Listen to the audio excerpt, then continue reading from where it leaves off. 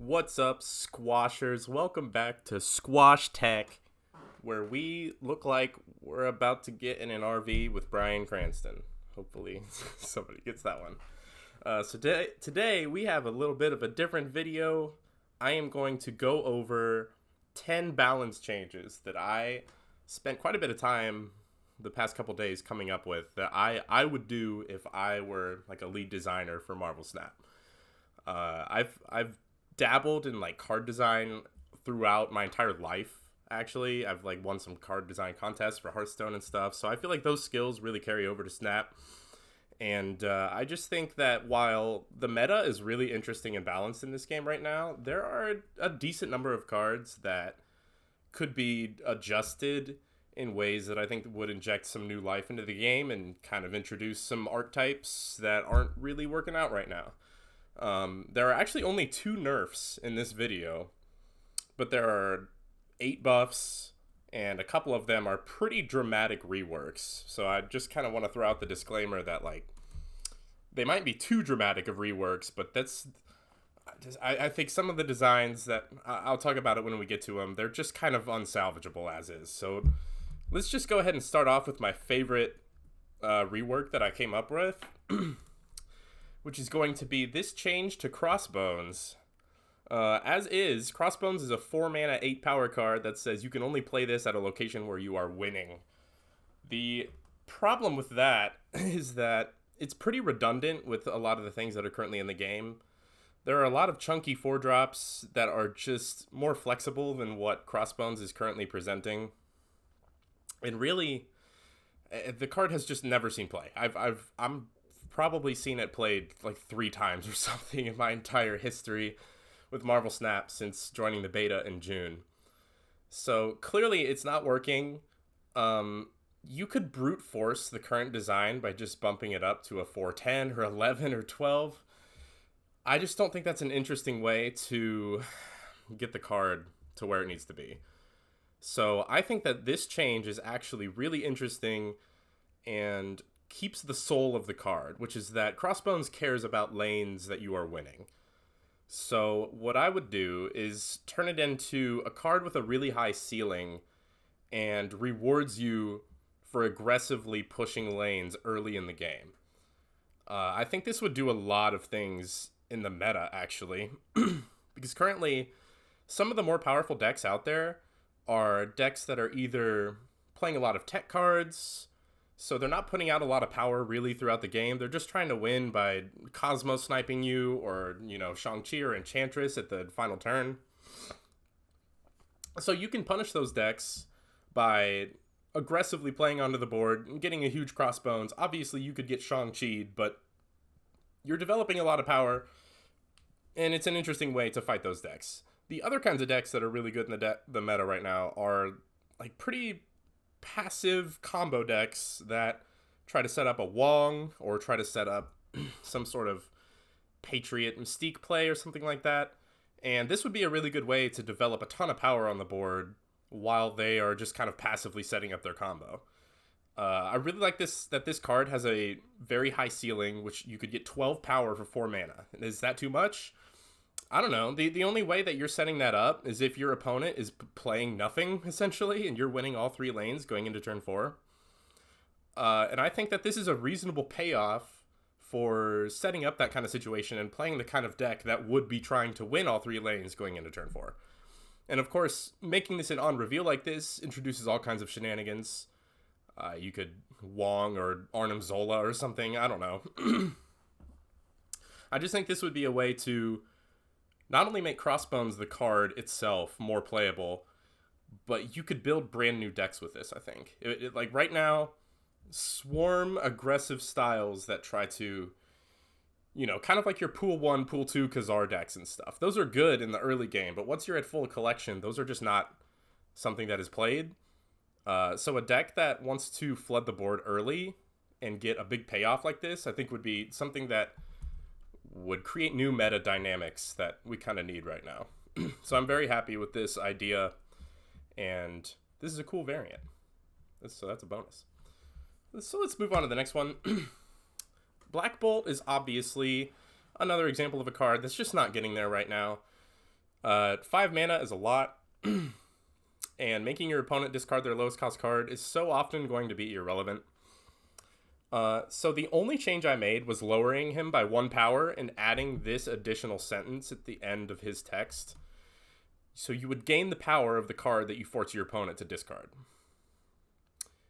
And I just think this is a pretty elegant solution for Black Bolt.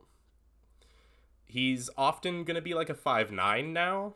There are situations where, you're getting even more than that. Say your opponent's playing like a greedy Black Panther list or something, and the lowest cost card in their hand is, I don't know, a 5-drop, like a Gamora or something, and you're getting a 5/14 and they discarded that Gamora. And you could also, I don't know, play this with Wong, play this with Zola, so that you're kind of compounding that on reveal to get a really, really big Black Bolt. I think it's just an interesting change that would make this card actually be considered.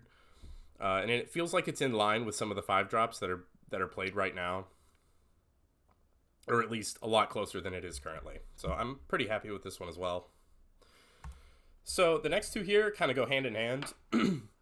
Back in the beta, the Collector was a 2/0 that got +2 power anytime a card enters your hand.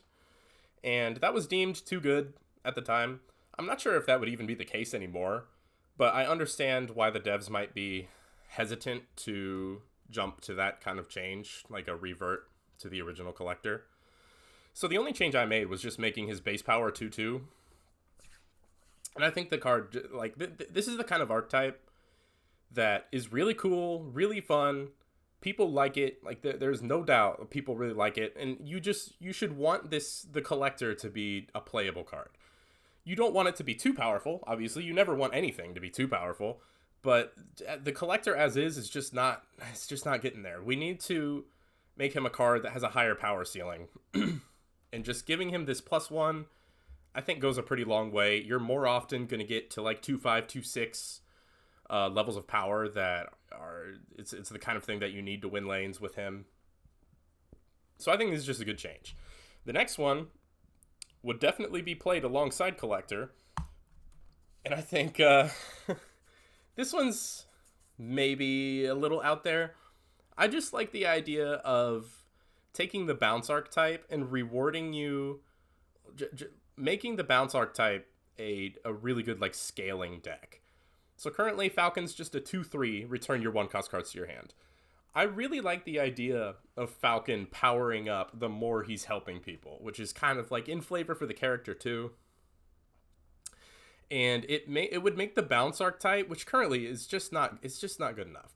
People really like to play it, but it's not getting there. So this, in conjunction with that Collector change, I think gets the bounce archetype, it really would start to get there. And something that's really cool with this change is that it also kind of helps Beast, because suddenly, if you Beast your Falcon, the Falcon's going to keep his buffs. Any card that's been buffed, like Angela, keeps the buffs when they get bounced back to your hand from Beast. So you could make a huge Falcon, and I think that sounds awesome. That would just be a lot of fun. It would give the deck more ways to create a lot of power on board. It would make the deck feel just really dynamic and interesting. I would love to see something like this in the game. You still got to put in work for it. To get to the baseline of what Falcon's at now, you need to bounce 2 cards. But giving a higher power ceiling to Falcon, I think, would help make that archetype more viable than it is right now, which would be awesome. I think a lot of people would like to see that. So here's the most dramatic rework that I did. Also, shout out to this variant, which is just stunning. Crystal is not it, as is. She's like this cool elemental mage character, and right now I just don't really understand what the developers were going for with her current design. Currently, she's a 4/4 that says, on reveal, if you play this at the middle location, shuffle your hand into your deck and draw 3 cards. So I think what they were going for was you would play Crystal in some sort of aggressive deck that's trying to empty your hand as quickly as possible. Then you play Crystal on turn 4 to draw 3 cards and like refill your hand and play more stuff. In practice, that's just not it's not how you win Marvel Snap games. It's just not consistent. It's not very good at all. So I wanted to take Crystal and keep the middle location focus in there and see what I could come up with while still rewarding like a card aggressive dump your hand strategy. And I think this is a really cool way of doing it. The ceiling of this card, obviously, you could have a 0/4. If your middle lane is full, she costs 0. That's strong. There is no denying that for sure.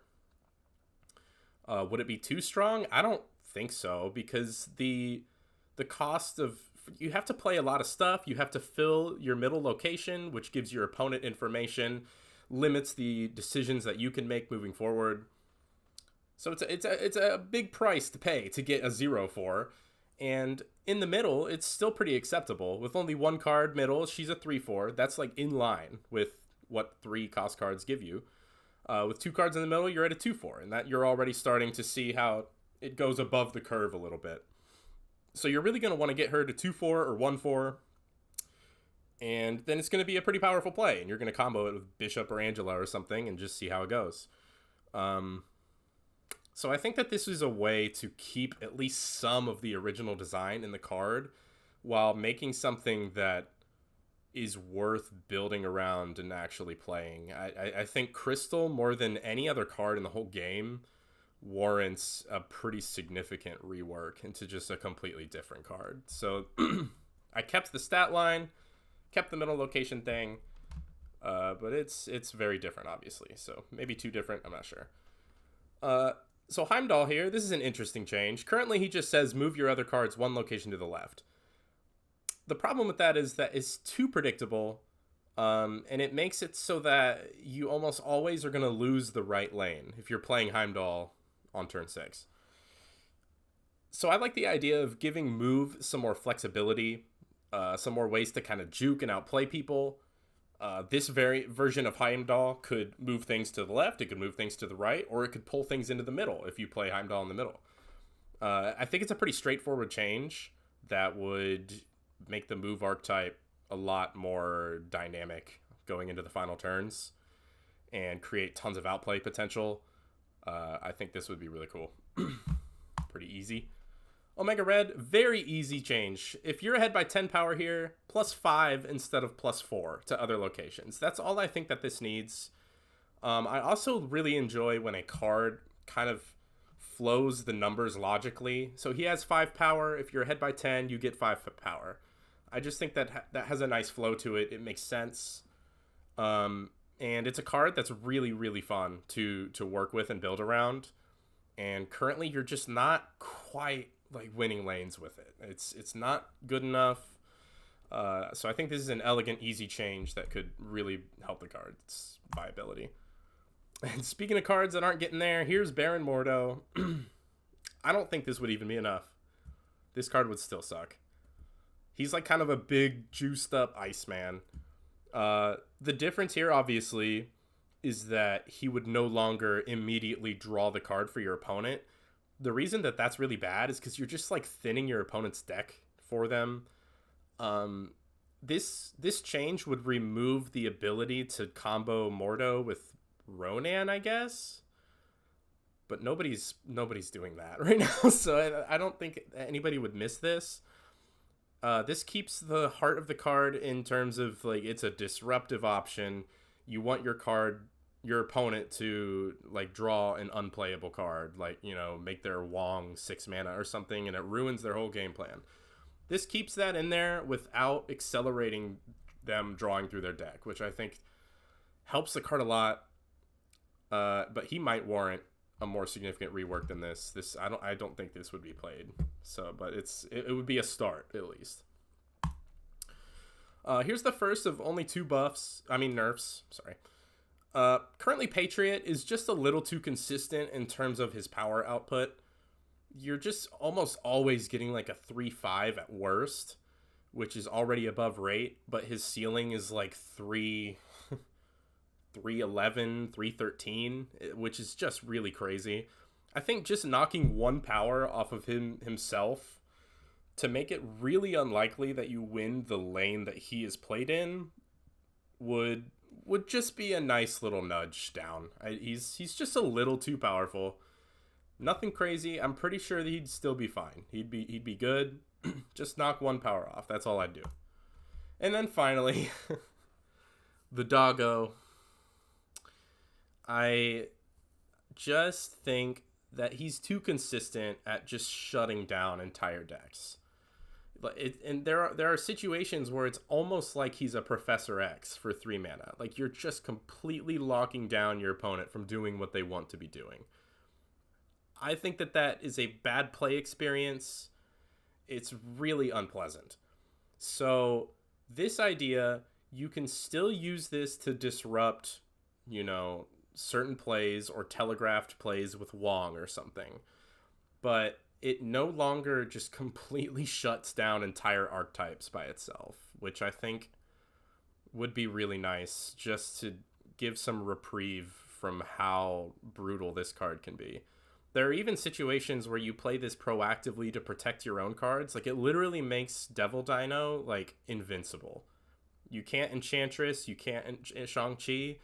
So there's a popular deck right now that's running Cosmo and Devil Dino, and it's a really strong deck. And I just don't think Cosmo should be that useful. That's just me. This might be a controversial take. I'm not sure. But I would just make it so that he only prevents an unrevealability one time, and that's it. This would be a massive nerf to decks like Spectrum Destroyer, because you'd be taking the ongoing away from Cosmo. So you wouldn't be as guaranteed to be able to get your Destroyer off with him, and he wouldn't get buffed by Spectrum anymore. So this would be very significant. This would change the game for sure if they push this through. But this is just a suggestion of mine. And that wraps up my list of balance changes. So let me know what you think down below. Yada yada, typical YouTube stuff. You all know how it is. Like and subscribe. It helps me out and motivates me to keep going. And that's going to be that. Thanks for watching.